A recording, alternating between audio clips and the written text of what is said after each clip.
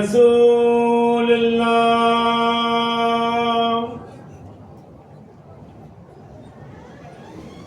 حی علی الصلاۃ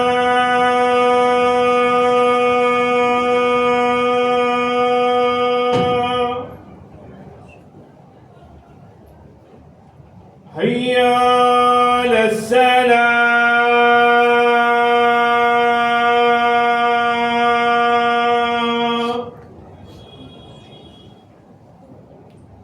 حی علی الفلاح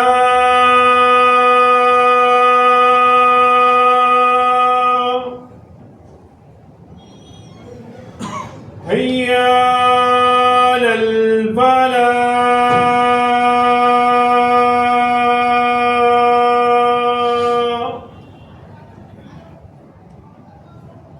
اللہ اکبر اللہ اکبر لا الہ الا اللہ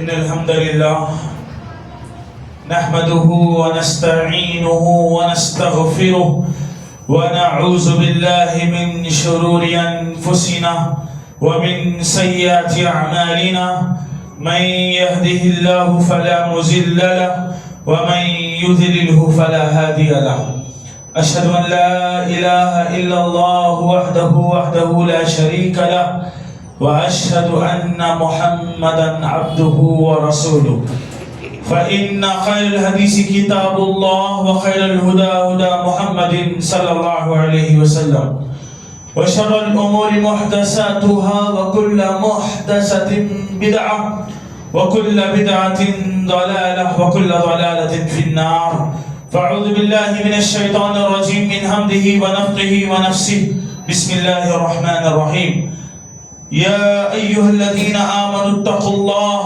وقولوا قولا سديدا يصلح لكم أعمالكم ويغفر لكم ذنوبكم ومن يطع الله ورسوله فقد فاز فوزا عظيما وقال تعالى في موضع آخر يا أيها الذين آمنوا لا ترفعوا أصواتكم فوق صوت النبي ولا تجهروا له بالقول كجهر بعضكم لبعض أن تحبط أعمالكم وأنتم لا تشعرون رب زدني علما رب زدني علما رب زدني علما قابل احترام بزرگوں، نوجوان دوستوں، پردہ نشین میری اسلامی ماں اور بہنوں، سب سے پہلے ہم اللہ رب العالمین خالق ارض و سما مالک دو جہاں کی تعریف کریں گے اور ہم اللہ کی تعریف میں وہ جملے ادا کریں گے جو اللہ کو بہت زیادہ پسند ہے۔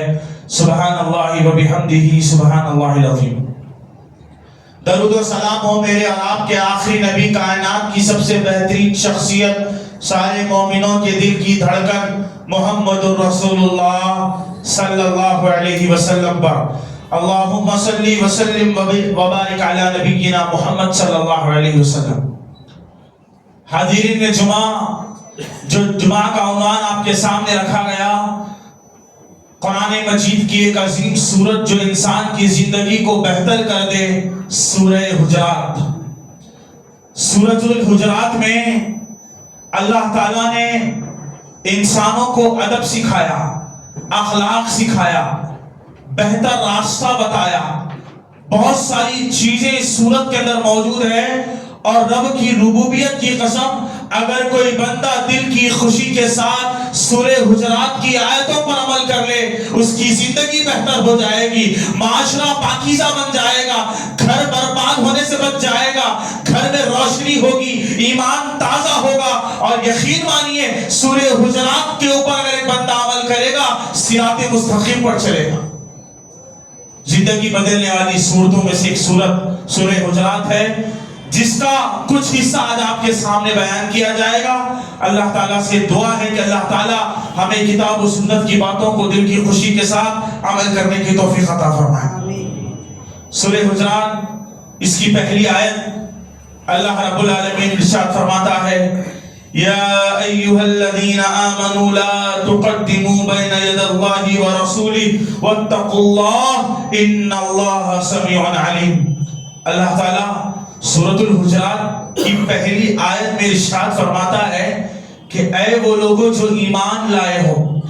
اللہ نے سب سے خطاب نہیں کیا, اللہ نے ایمان والوں سے خطاب کیا, جس کے دل میں اللہ اور اس کے رسول کی محبت ہے, جس کا دل اللہ اور اس کے رسول کے لیے لرزتا ہے. اللہ نے وہ اہل ایمان سے خطاب کیا, کہا اے ایمان والو لا تقدموا, آگے نہ بڑھو, آگے نہ بڑھو. کس سے؟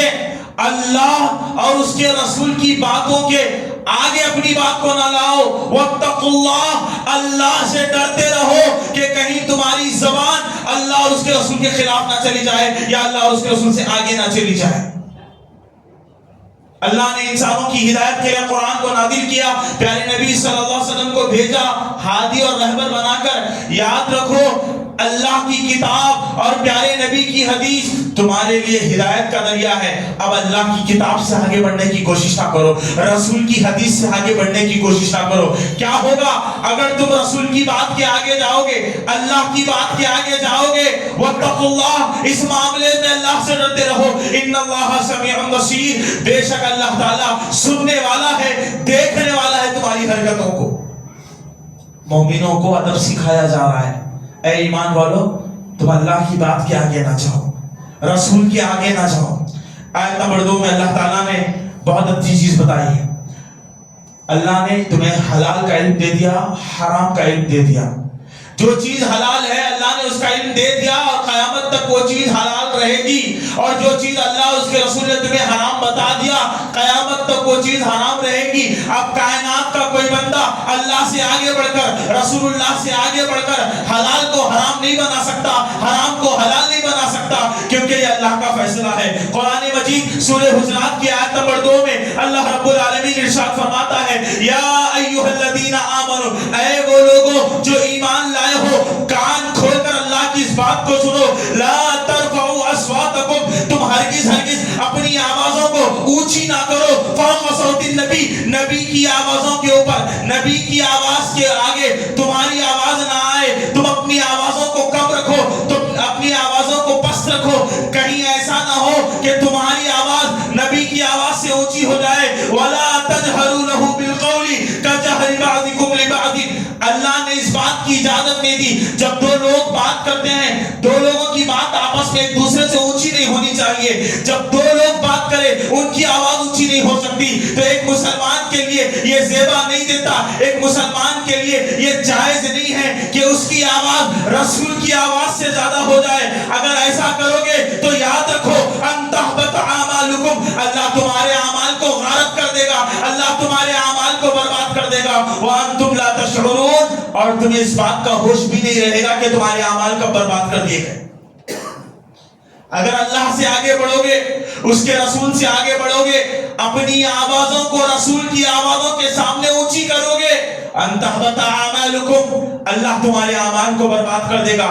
آیت نمبر 1 اور آیت نمبر 2 میں اللہ تعالیٰ نے ادب سکھایا کہ دیکھو پیارے مصطفیٰ کی آواز سے زیادہ آواز تمہاری نہیں ہونی چاہیے. پیارے مصطفیٰ کے فرمان کے بعد تمہاری کوئی بات چلنے والی نہیں ہے. لا ترفعوا اصواتکم, تم اپنی آوازوں کو اونچی نہ کرو نبی کی آوازوں کے سامنے. اگر کرو گے اللہ تعالیٰ تمہارے اعمال کو برباد کر دے گا اور تمہیں ہوش بھی نہیں رہے گا. جب نبی صلی اللہ علیہ وسلم کی بات آ جائے ہماری زبانیں بند ہو جانی چاہیے. سمعنا واطعنا, ہم نے سنا اور ہم اطاعت کریں گے بس. رسول کی بات کے آگے اگر کوئی اپنی زبانوں کو اونچی کرے گا کیسا حال ہوگا؟ ابو لہب نبی صلی اللہ علیہ وسلم کا سگا چاچا ہے. صفا پہاڑی پر اللہ کے رسول چڑھے, یا صبا کہہ کر آپ نے ندا لگائی, سارے لوگ جمع ہو گئے. پیارے نبی علیہ الصلوۃ والسلام نے کہا قولوا لا الہ الا اللہ, اے لوگو لا الہ الا اللہ پڑھو, تفلحوا, کامیاب ہو جاؤ گے. تملک العرب والعجم, عرب کے اور عجم کے بادشاہ بن جاؤ گے. ایک بات محمد کی ہے مان لو, لوگوں ایک اللہ کی طرف آ جاؤ. جب عرش والے رب کی سچی توحید کو اللہ کے نبی نے پیش کیا, نبی کی جب بات ہو رہی تھی صفا پہاڑی پر, آپ کا سگا چاچا ابو لہب کھڑا ہوا, یا محمد تبت لک ھذا جمعتنا, یہ بکواس سنانے کے لیے ہم کو یہاں جمع کیا ہے. بے حرمتی کے ساتھ اس نے نبی کو پکارا. جب نبی نے عرش والے رب کی توحید کی طرف اس کو بلایا تو اس نے اپنی آواز کو نبی کی آواز کے اوپر کر لیا. ابو لہب کی آواز نبی کی آواز سے زیادہ ہو گئی. اللہ تعالیٰ نے سورہ لہب نازل کر دی, تبت یدا ابی لہب وتب, ابو لہب کے دونوں ہاتھ ٹوٹ جائے, وہ غارت ہو جائے. ہر وہ بندہ یاد رکھے, اگر اس کی آواز رسول کی آواز کے اوپر جائے گی, اللہ اس کے اعمال کو برباد کرے گا, ویسے ہی برباد کرے گا جیسے ابو لہب برباد ہو گیا. اب یہ بات اس وقت کی تھی جب نبی صلی اللہ علیہ وسلم دنیا میں موجود تھے. جب نبی بات کرتے, جب نبی کوئی چیز بولتے تو نبی کی آواز سے اونچی آواز کسی کی نہیں ہونی چاہیے تھی. اب پیارے نبی ہمارے درمیان نہیں ہیں. مفسرین بیان کرتے ہیں لا ترفعوا اصواتکم فوق صوت النبی کا مطلب یہ ہے کہ اگر آج کوئی شخص تمہیں صحیح حدیث سنائے, پیارے نبی کی کوئی بات تم کو سنائے, پیارے نبی کی بات کے آ جانے کے بعد تم یہ نہ کہو کہ ہمارے امام ایسا کہتے ہیں, ہمارے مولانا ایسا کہتے ہیں, میں یہ سمجھتا ہوں, میرا یہ خیال ہے. نہیں, جب رسول کی بات تمہارے سامنے پیش کر دی جائے تمہارے منہ بند ہو جانے چاہیے, کیونکہ اللہ کہتا ہے اپنی بات کو آگے نہ لے جاؤ اللہ اور اس کے رسول کے. اگر لے جاؤ گے اللہ تمہارے اعمال کو برباد کر دے گا. آج لوگوں کو توحید کی طرف بلایا جاتا ہے, صحیح نماز نبوی کی طرف بلایا جاتا ہے, حق بات کی طرف بلایا جاتا ہے, تو کہتے ہیں ہمارے یہاں تھوڑا بہت چلتا ہے, ہمارے امام نے گنجائش دی ہے, ہمارے مولانا نے اس کو جائز قرار دیا ہے. تمہیں شرم آنی چاہیے جب میں تم کو رسول کی حدیث سنا رہا ہوں. لا ترفعوا اصواتکم فوق صوت النبی کا مطلب یہ ہے کہ اپنی بات کو رسول کی بات کے آگے لے جانا جائز نہیں ہے. صحیح بخاری کی روایت, عبداللہ ابن عباس رضی اللہ تعالیٰ عنہ صحابہ سے خطاب کرتے ہوئے حدیث سنا رہے ہیں. کیا کر رہے ہیں؟ عبداللہ ابن عباس رضی اللہ عنہ حدیث سنا رہے ہیں. دو صحابہ کھڑے ہو گئے, کہا عبداللہ ابن عباس تم نبی کی بات بتا رہے ہو؟ نہیں نہیں نہیں, ہمیں ابو بکر اور عمر نے ایسا نہیں کہا, ہمیں ویسا کہا. اتنا سننا تھا, عبداللہ ابن عباس کا چہرہ غصے سے لال ہو گیا. کہا تم لوگ زندیق ہو, تم لوگ زندیق ہو, مرتد ہو, کافر ہو. میں تم کو پیارے رسول کی حدیث سنا رہا ہوں اور تم کہتے ہو کہ ابو بکر اور عمر نے ایسا ایسا کہا ہے. یاد رکھو, جب اللہ اور اس کے رسول کی بات آ جاتی ہے, جب پیارے نبی کا فرمان آ جاتا ہے, پیارے نبی کی بات کے آگے نہ ابو بکر کی بات کی اہمیت ہے, نہ عمر بن خطاب کی بات کی اہمیت ہے. جب رسول اللہ کی بات آ جائے تو وقت کا نبی اگر موسیٰ بھی زندہ ہو کر لوٹ کر آئے تو موسیٰ کی بات کو بھی چھوڑ دیا جائے گا. لا ترفعوا اصواتکم, تم اپنی آوازوں کو نبی کی آوازوں کے آگے نہ لے جاؤ. وقت کا رسول موسیٰ بھی زندہ ہو کر آتا تو وہ میری اطاعت کرتا, موسیٰ کی شریعت نہ چلتی. رسول کی بات آ جانے کے بعد تم اپنی بات کو آگے نہ لے جاؤ. علماء نے اس کی ایک مثال بیان کی. پیارے نبی صلی اللہ علیہ وسلم کی حدیث ہے, مردوں کے لیے اپنے کپڑوں کو ہمیشہ ٹخنوں کے اوپر رکھنا ہے.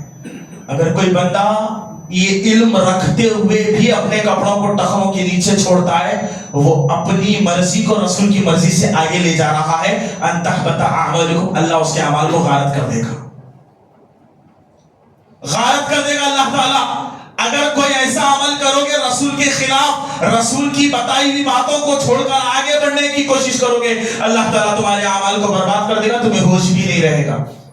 اس کے بعد تیسری آیت میں اللہ تعالیٰ نے صحابہ کرام کے بارے میں کہا, وہ صحابہ جنہوں نے اپنی آوازوں کو کبھی نبی کی آواز کے اوپر نہیں لے گئے.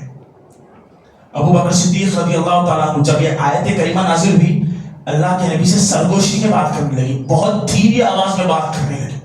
اللہ کے رسول صلی اللہ علیہ وسلم نے ابو بکر صدیق سے کہا, ابو بکر صدیق سرگوشی میں کیوں بات کرتے ہو؟ جو بھی کہنا ہے کھول کر, منہ کھول کر کہو, زور سے کہو, بلند آواز میں کہو. ابو بکر صدیق نے کہا, اللہ تعالیٰ کہتا ہے کہ نبی کی اگر سامنے آواز بلند ہوگی تو اللہ میرے اعمال کو برباد کر دے گا. یہ صحابہ کا خوف تھا. اللہ تعالیٰ کہتا ہے اولئک الذین امتحن اللہ قلوبہم، اللہ نے صحابہ کے دلوں کا امتحان لیا. کس معاملے میں؟ کہ رسول سے آگے نہیں بڑھنا. اللہ نے امتحان لیا اور کیا پایا اللہ تعالیٰ نے؟ وقلوبہم بالتقویٰ، اللہ تعالیٰ نے ان کے دلوں کو تقویٰ سے لبریز پایا. ان کے دل اللہ سے ڈرنے والے تھے، انہوں نے کبھی بھی رسول کے آگے اپنی بات کو نہیں رکھا. لہم مغفرۃ و اجر عظیم، اللہ تعالیٰ نے صحابہ سے مغفرت اور اجر عظیم کا وعدہ کیا. تو سب سے پہلی بات جو مجھ کو اور آپ کو معلوم ہوئی کہ اگر ہمارے سامنے صحیح بات آ جائے، رسول کی بات آ جائے، اللہ کا کلام آ جائے، ہم اپنی زبانوں کو بند رکھیں گے.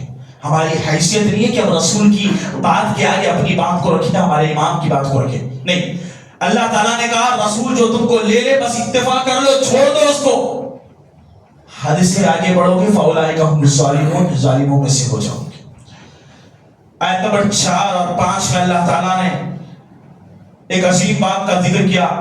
فرمایا اللہ تعالیٰ نے ان الذین ینادونک من وراء الحجرات اکثرهم لا یعقلون.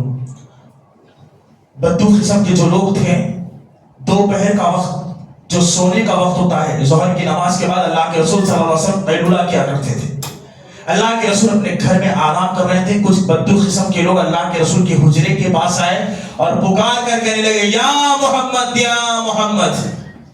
اللہ کے رسول اپنے گھر میں آرام کر رہے ہیں اور لوگ آپ کے گھر کے باہر کھڑے ہو کر یا محمد پکار رہے ہیں.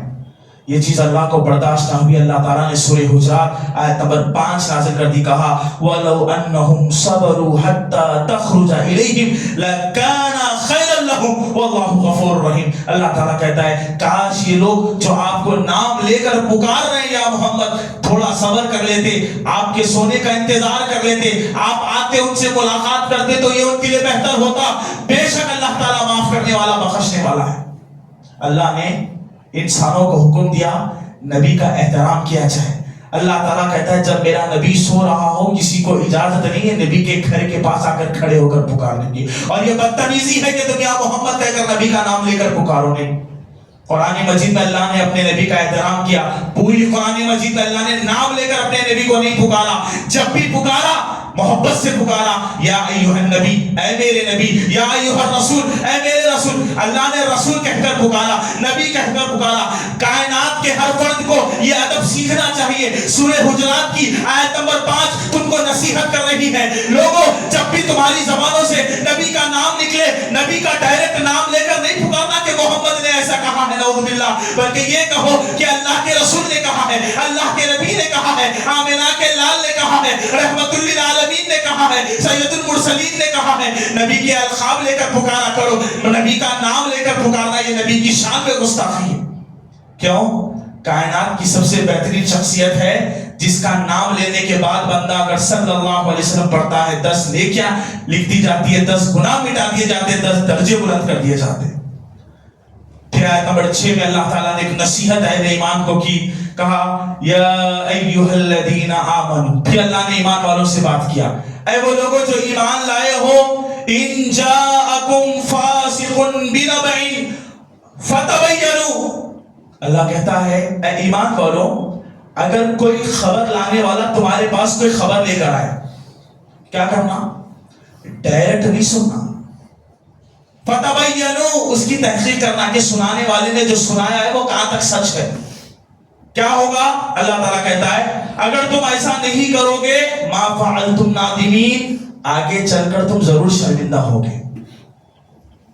اگر کوئی فاسق، کوئی خبر دینے والا مخبر تمہیں خبر دے کسی چیز کی، اہل ایمان کو نصیحت کی گئی، ادب سکھایا گیا کہ کوئی بھی بات سنتے ہی فوراً اس کو صحیح سمجھ لینا یہ جائز نہیں ہے. جب بھی تمہارے پاس کوئی خبر پہنچائی جائے پہلے اس کی تحقیق کرو. اگر سچ پتہ چل جائے تب جا کر لوگوں میں اعلان کرو. بغیر تحقیق کے، بغیر شک کے اگر لوگوں کے سامنے بیان کرو گے اللہ کہتا ہے تمہیں شرمندہ ہونا پڑے گا، تم نادم ہو جاؤ گے. کیا کرنا ہے؟ تحقیق کرنا. پیارے نبی علیہ الصلوۃ والسلام حدیث میں فرماتے ہیں کفا بالمرء کذبا ان یحدث بکل ما سمع. آدمی کے جھوٹا ہونے کے لیے بات کافی ہے کہ وہ سنی سنائی باتوں پر عمل کر لے. پیارے نبی حدیث میں فرماتے آدمی کا جھوٹا ہونے کے لیے، گندا ہونے کے لیے یہی بات کافی ہے کہ وہ لوگوں سے باتوں کو سنتا ہے، بغیر تحقیق کے اس پر عمل کر لیتا ہے۔ اپنی زبانوں کو قابو میں رکھو، بغیر تحقیق کے آپ کسی کے سامنے کچھ نہیں بول سکتے، اللہ نے ادب سکھایا ہے۔ تو صحیح ابو داؤد کی روایت ہے، ابو برزہ اسلمی رضی اللہ تعالیٰ عنہ فرماتے ہیں کہ اللہ کے نبی صلی اللہ علیہ وسلم نے فرمایا تم میں کا ایک شخص صبح اپنے گھر سے نکلتا ہے، ایک بات کو سنتا ہے، بلا تحقیق، بغیر کسی ریسرچ کے، بغیر کسی تحقیق کے وہ بات لوگوں میں پھیلا دیتا ہے، شام ہونے تک وہ بات گردش کرتی ہے، زمانے میں پھرتی ہے، لوگوں کے گھروں میں داخل ہو جاتی ہے، جبکہ اس بات کی کوئی حقیقت نہیں ہوتی۔ اللہ کے نبی کہتے ہیں ایسے بندے کو اللہ سے ڈرنا چاہیے، کل اللہ تعالیٰ اس کے بارے میں لوگوں کے سامنے وہ باتیں بیان کرے گا کہ وہ ذلیل اور رسوا ہو جائے گا۔ ادب سکھایا گیا ہے کہ اے ایمان والو، اگر تمہیں کوئی چیز معلوم ہو جائے پہلے اس کی تحقیق کرو۔ اب اس کا سب سے اعلیٰ معیار یہ ہے کہ اگر کوئی بندہ تم کو حدیث سنائے نا، پیارے نبی کا نام لے کر تمہیں حدیث سنا رہا ہے، ڈائریکٹ سن کر حدیث کو صحیح نہیں سمجھنا ہے، کیا کرنا ہے؟ حدیث کی ریسرچ کرنا ہے، اہل علم سے معلوم کرنا ہے کہ یہ حدیث صحیح ہے۔ اب آپ تصور کر کے دیکھیے، جب حدیث آپ کے سامنے سنائی جائے تو ڈائریکٹ حدیث پر عمل بعد میں کریں گے، پہلے حدیث کی تحقیق کریں گے، آیا حدیث صحیح ہے تو سمعنا و اطعنا، ہم عمل کریں گے۔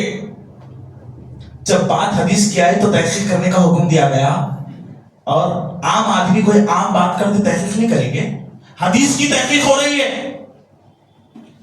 کسی نے کہہ دیا کہ فلاں کی بچی کسی کے ساتھ بھاگ گئی، آپ نے تحقیق نہیں کیا، کوئی حقیقت نہیں تھی اس بات کی، آپ نے لوگوں میں پھیلا دیا، آپ نے عزتوں کو داغدار کر دیا۔ اب ڈریے اللہ تمہارے عیبوں کو نکالے گا، اور جب اللہ کسی کے عیبوں کو نکالے گا تو خود کے گھر میں بدنام کرے گا۔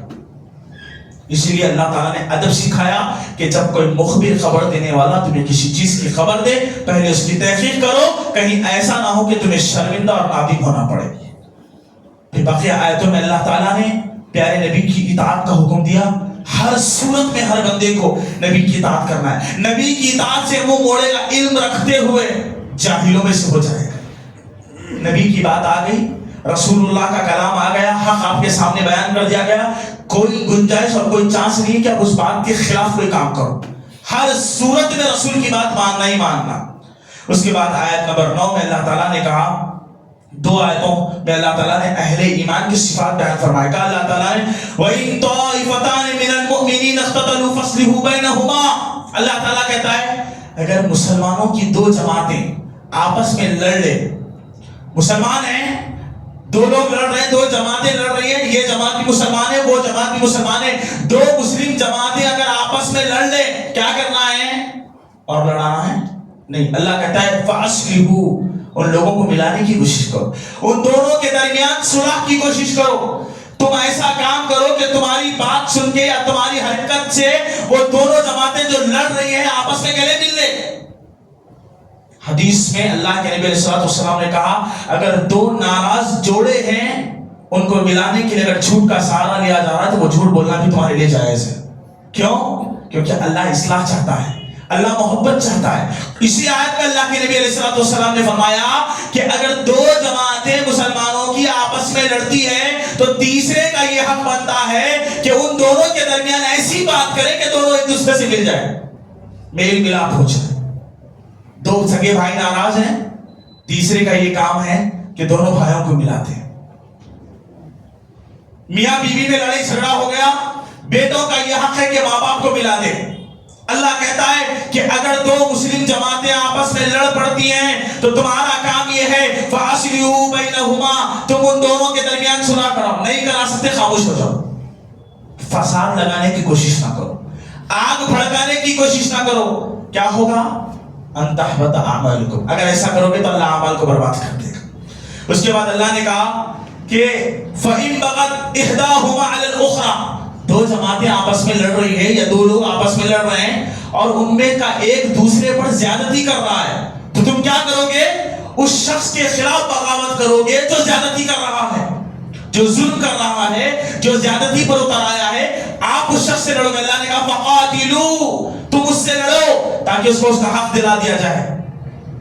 اور جب لڑائیاں ہوتی ہیں، انسانی زندگی ہے، لڑائی جھگڑے ہوتے ہیں، کبھی پڑوسیوں کے جھگڑے ہوتے ہیں، کبھی میاں بیوی کے جھگڑے ہوتے ہیں، کبھی بھائیوں میں جھگڑے ہوتے ہیں، کبھی ساس بہو کے جھگڑے ہوتے ہیں. جھگڑوں کی بہت ساری شکلیں ہیں. قرآن مجید میں اللہ نے کیا کہا؟ فَأَصْلِحُوا بَيْنَهُمَا. پہلا کام یہ کرنا ہے کہ دونوں میں اصلاح کرانا ہے، کمپرومائز کرانا ہے. کیسے کمپرومائز کرانا ہے؟ بِالْعَدْلِ وَأَقْسِطُوا. انصاف کے ساتھ عدل کرنا ہے. کیسے؟ مثال کے طور پر گھر میں ماں اور بہو میں جھگڑا ہو گیا، شوہر گھر میں داخل ہوا، بیوی نے لڑائی کا مسئلہ اپنے شوہر کو سنایا، ماں نے بھی اپنے بیٹے کو لڑائی کا جھگڑے کا مسئلہ سنایا، اور تحقیق کے بعد بچہ اس نتیجے پر پہنچا کہ میری ماں غلط ہے اور میری بیوی صحیح ہے. یہ آپ کی تحقیق ہے. اللہ نے کہا بالعدل واقسطوا. اب انصاف یہ کرنا ہے، دونوں کو ملانا ہے اور انصاف کے ساتھ ملانا ہے. تو آپ کو جرات کر کے اپنے منہ سے یہ بولنا پڑے گا امی جان اس مسئلے میں آپ غلط ہیں، میری اہلیہ صحیح ہے، میری بیوی صحیح ہے. آپ کو ماننا پڑے گا. آپ رجوع کریے، معافی مانگیے اور مسئلے کو ختم کیجیے. ہے آج یہ ہمت ماں کے خلاف بولنے کے لیے؟ اگر ماں غلط ہے تو ماں کو غلط بتانا پڑے گا. زیادتی کر کے آپ بیوی کو غلط نہیں ٹھہرا سکتے. اگر بیوی کو یہاں زیادتی کر کے غلط ٹھہراؤ گے، کل قیامت کے دن اللہ کے سامنے جواب دینا پڑے گا. اللہ نے کہا بالعدل واقسطوا. تم دونوں کی لڑائی جھگڑوں کو ختم کرو لیکن انصاف کے ساتھ ختم کرو. فاطمہ مخزومیہ، رسول اللہ کے زمانے میں مخزومیہ ایک قبیلہ ہے. اس قبیلے کی ایک نامور عورت جس کا نام فاطمہ تھا، اس نے چوری کر لی تھی. شکایت رسول اللہ کے پاس پہنچی. چوری کرنے والے مرد اور چوری کرنے والے عورتوں کے بارے میں اللہ نے یہ حکم دیا کہ ان کے ہاتھ کاٹ دیے جائیں. لیکن قبیلہ چونکہ معزز تھا، اگر فاطمہ مخزومیہ کے ہاتھ کاٹ دیے جاتے چوری کی وجہ سے تو قبیلہ بدنام ہو جاتا. لوگوں نے اپنے قبیلے کی عزت چاہی کہ ہمارے قبیلے کا نام بدنام نہ ہو. مخزومیہ قبیلے کے کچھ لوگ اسامہ ابن زید رضی اللہ تعالیٰ عنہ کے پاس آئے. کہا اسامہ تم رسول اللہ کے قریبی صحابی ہو، رسول تم سے بڑی محبت کرتے ہیں، اگر تم کوئی بات رسول کے سامنے کہہ دو رسول تمہاری بات کو انکار نہیں کر سکتے. اسامہ نے کہا کیا ماجرا ہے؟ لوگوں نے بتایا کہ ہمارے قبیلے کے خاتون فاطمہ مخزومیہ نے چوری کر لی، رسول اللہ نے فرمان بھیجا ہے کہ اس کے ہاتھ کاٹ دیے جائیں. دیکھو اگر فاطمہ مخزومیہ کے ہاتھ کاٹ دیے جائے نا تو ہمارے قبیلے کی بدنامی ہوگی، ہمارا قبیلہ بدنام ہو جائے گا، داغدار ہو جائے گا. ہم تم کو اپنا سفارشی بناتے ہیں، تم جاؤ اسامہ اور اللہ کے رسول کے سامنے ہمارے لیے سفارش کرو کہ فاطمہ مخزومیہ کے ہاتھ نہ کاٹے جائیں. جب بات اسلام کی ہو، جب بات حق کی ہو تو انصاف کا حکم دیا گیا ہے. وَأَقْسِطُوا إِنَّ اللَّهَ يُحِبُّ الْمُقْسِطِينَ. بے شک اللہ تعالیٰ انصاف کرنے والوں سے محبت کرتا ہے. اسامہ ابن زید رضی اللہ تعالیٰ عنہ اللہ کے نبی کے پاس آئے. مسکراتے ہوئے اللہ کے نبی کو دیکھا. اللہ کے نبی نے پوچھا اسامہ کیا بات ہے؟ اسامہ ابن زید نے کہا اللہ کے رسول میں آپ کے سامنے ایک قبیلے کی سفارش لے کر آیا ہوں. میں یہ چاہتا ہوں کہ جو آپ نے فرمان بھیجا ہے کہ فاطمہ مخزومیہ کے ہاتھ کاٹ دیے جائے، اللہ کے رسول وہ ایک معزز قبیلہ ہے، اگر اس عورت کے ہاتھ کاٹ دیے جائے تو اس قبیلے کی بدنامی ہوگی. میں آپ سے سفارش کرتا ہوں کہ اس عورت کے ہاتھ کو نہ کاٹنے کا حکم صادر کریں. رسول اللہ صلی اللہ علیہ وسلم کا چہرہ غصے سے لال ہو گیا. آپ نے غصہ کرتے ہوئے اسامہ ابن زید سے فرمایا یا اسامہ اتشفع فی حد من حدود اللہ، کیا تو اللہ کے حد میں سفارش کرنے کے لیے آیا ہے؟ کان کھول کے سن لے، یہ فاطمہ مخزومیہ ہے. اگر میری سگی بیٹی فاطمہ بنت محمد بھی اگر چوری کرتی لقطعت یدہا، میں اس کے بھی ہاتھ کاٹنے کا حکم دیتا، کیونکہ اللہ کہتا ہے وَأَقْسِطُوا إِنَّ اللَّهَ يُحِبُّ الْمُقْسِطِينَ. اللہ نے انصاف کا حکم دیا ہے. انصاف کا تقاضا یہ ہے کہ اس کے ہاتھ کاٹ دیے جائیں. اللہ محبت کرتا ہے انصاف کرنے والوں کے ساتھ. اگر دو لوگ آپس میں لڑ رہے ہیں، اللہ حکم دیتا ہے تمہارا بہتر کام یہ ہے کہ تم دونوں لوگوں کو ملانے کی کوشش کرو، انصاف کے ساتھ ملاؤ. اگر انصاف کے ساتھ نہیں کرو گے یہ زیادتی ہوگی اور اللہ ظالموں کو بخشنے والا نہیں ہے. ایمان والوں کو حکم دیا گیا. اس کے بعد آیت نمبر 10 قرآن مجید میں اللہ تعالیٰ سورہ حجرات میں بیان فرماتا ہے انما المؤمنون اخوہ، سارے مومن آپس میں ایک دوسرے کے بھائی ہے، اخوہ بھائی ہے. المسلم اخو المسلم، ایک مسلمان دوسرے مسلمان کا بھائی ہے. دنیا میں جہاں پر بھی مسلمان ہے نا، چاہے ہمارا ان سے کوئی رشتہ ہو یا نہ ہو، لیکن ایک رشتہ ضرور ہے، وہ اسلام اور ایمان کا رشتہ ہے. دنیا کے کسی بھی کونے میں اگر کوئی مسلمان ہے تو وہ ہمارا بھائی ہے. اللہ کے نبی نے کہا مومن مسلمان ایک دوسرے کے بھائی ہوتے ہیں. بھائی ہونے کے ناطے کیا کرنا چاہیے؟ اللہ کہتا ہے فَأَصْلِحُوا بَيْنَ أَخَوَيْكُمْ، تمہیں بھائی چارگی کو نبھانا ہے. کہیں کوئی مسلمان پریشان ہے، آپ اس کی مدد کریے. میرا اس سے کیا رشتہ ہے؟ اسلام کا رشتہ ہے آپ کا. اگر اللہ نے آپ کو دولت دی، آپ صاحب ثروت ہیں، جائیے دواخانوں میں. کئی مسلمان اپنا علاج نہیں کروا سکتے، اللہ نے دولت دی ہے، جائیے پیسہ خرچ کیجیے. میرا اس سے کیا رشتہ ہے؟ بھائی ہے آپ کا رشتہ. ایک مسلمان بھائی ہے، وہ آپ کا تڑپ رہا ہے، بیماری سے جھوج رہا ہے، آپ کی ضرورت ہے. اللہ کے نبی صلی اللہ علیہ وسلم جب ہجرت کر کے مدینہ آئے، مہاجر صحابہ مکہ والے جنہوں نے اللہ کی خاطر اپنا گھر بار چھوڑ دیا، بیوی بچے چھوڑ دیے، جائیداد چھوڑ دی، دولت چھوڑ دی، سب کچھ چھوڑ دیا، تنے تنہا ساری چیزوں کو چھوڑ کر جب ہجرت کر کے مدینہ آئے، اللہ کے رسول نے مدینہ کے صحابہ سے کہا انصار کے لوگوں، اے مدینہ کے لوگوں، یہ مکہ چھوڑ کر تمہارے مہاجر بھائی اللہ کے لیے آئے ہیں، جب تک مدینہ میں یہ اپنے پیروں پر کھڑے نہیں ہوتے تم ان کو سپورٹ کرو، تم ان کی مدد کرو. کیا رشتہ تھا ان کا؟ مدینہ والوں کا مکہ والوں سے کوئی رشتہ نہیں تھا خون کا، لیکن انما المؤمنون اخوہ، مومن تھے، بھائی تھے، بھائی چارگی تھی، اسلامی رشتہ تھا.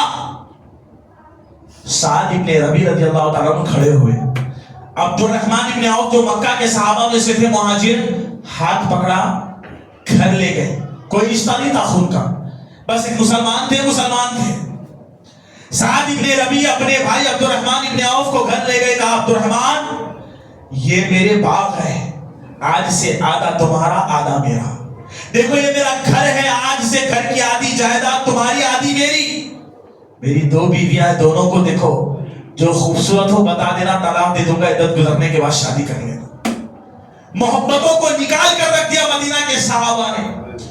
آج ضرورت ہے، اگر ہمارے کسی بھائی کو پیسے کی ضرورت ہے، کسی کو کھانے کی ضرورت ہے، کسی کو دواخانوں کے بل بھرنے کی ضرورت ہے، تمہارا یہ حق بنتا ہے. انما المؤمنون اخوہ، تم مومن ہو، ایک دوسرے کی مدد کرو. المسلم اخو المسلم، کیونکہ ایک مسلمان دوسرے مسلمان کا بھائی بنا کر بھیجا گیا ہے. واتقوا اللہ، اللہ سے ڈرتے رہو، لعلکم ترحمون، تاکہ تم پر رحم کیا جائے.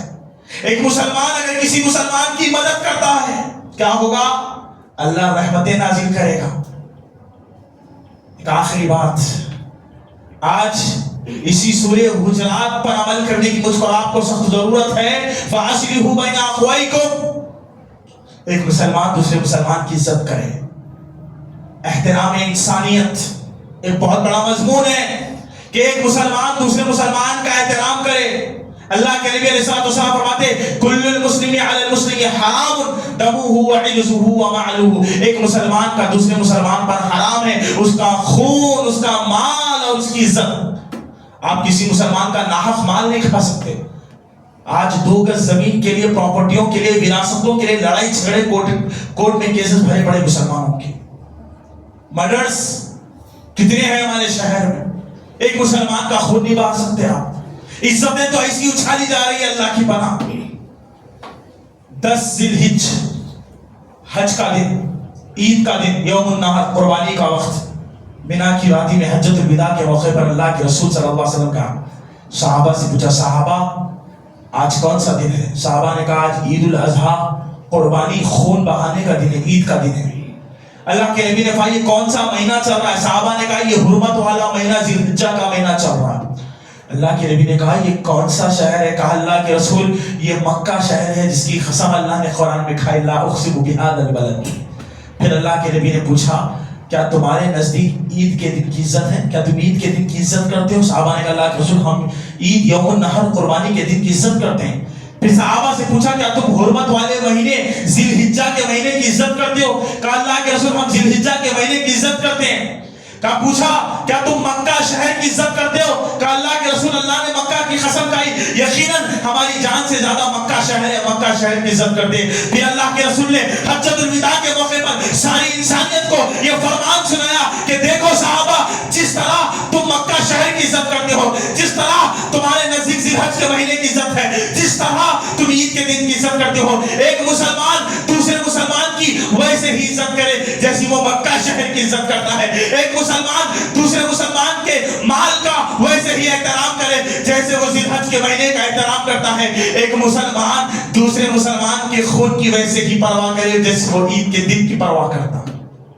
ایک مسلمان کی عزت مکہ مکرمہ کی طرح ہے، ایک مسلمان کی عزت ذی الحج کے حرمت والے مہینے کی طرح ہے۔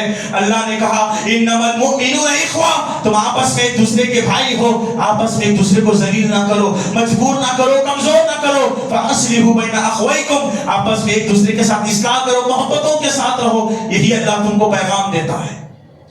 رسول اللہ کا احترام کیا جائے، رسول کی بات کے آگے اپنی بات نہیں لے جانا، اللہ اور اس کے رسول سے آگے نہیں بڑھنا۔ جب صحیح علم، صحیح حدیث، صحیح قرآن ہمارے پاس موجود ہے، باتیں ہمارے پاس موجود ہے کتاب و سنت کی، آگے نہیں جانا ہے، عمل کرنا ہے۔ اور اگر کوئی فاسق، کوئی مخبر تمہیں خبر دے، بغیر تحقیق کے اس کی بات کو نہیں سننا، کیونکہ اللہ کے نبی نے کہا تھا آدمی کے جھوٹا ہونے کے لیے یہی کافی ہے کہ وہ سنی سنی باتوں کو عمل کر لے۔ یہ کچھ باتیں سورہ حجرات کی تھی جو آپ کے سامنے رکھی گئی، اس کا پارٹ 2 اور بھی دیگر آیتیں اس کی موجود ہیں، انشاءاللہ اگلے جمعے میں شیخ محترم آپ کے سامنے رکھیں گے۔ ہم اللہ تعالیٰ سے دعا کرتے ہیں کہ اللہ تعالیٰ ہم تمام کو سنائی گئی باتوں پر دل کی خوشی کے ساتھ عمل کرنے کی توفیق عطا فرمائے۔ اے اللہ قرآن راہ ہدایت ہے، ہم کو اس سے ہدایت حاصل کرنے کی توفیق عطا فرمائے۔ اے اللہ ہمیں اپنی بات کو رسول اور اللہ کے آگے نہ لے جانے کی توفیق عطا فرمائے۔ اے اللہ کئی لوگ جو بستروں میں ہیں، بیمار ہیں، تکلیفوں میں ہیں، درد میں ہیں، علم میں ہیں، وہ تیری عبادت کرنا چاہتے کر نہیں سکتے، اللہ تو انہیں صحت کاملہ عاجلہ نصیب فرما۔ اے اللہ کئی ہماری ماں بہنیں بستروں پر ہیں، درد میں ہیں، پریشانیوں میں ہیں، تکلیفوں میں ہیں، اللہ تیرے سوا ان کا کوئی مددگار نہیں ہے۔ اے اللہ تو ان پر اپنی رحمتیں نازل فرما، اپنی نصرتیں نازل فرما۔ اے اللہ زمین اور آسمان سے مسلمانوں کے برکتوں کے دروازے کھول دے۔ اے اللہ جو لوگ تیرے دین سے غافل ہیں ان کے دلوں میں دین کی محبت عطا فرما۔ آمین یا رب العالمین۔ سبحانک اللہم و بحمدک، اشہد ان لا الہ الا انت، استغفرک و اتوب الیک۔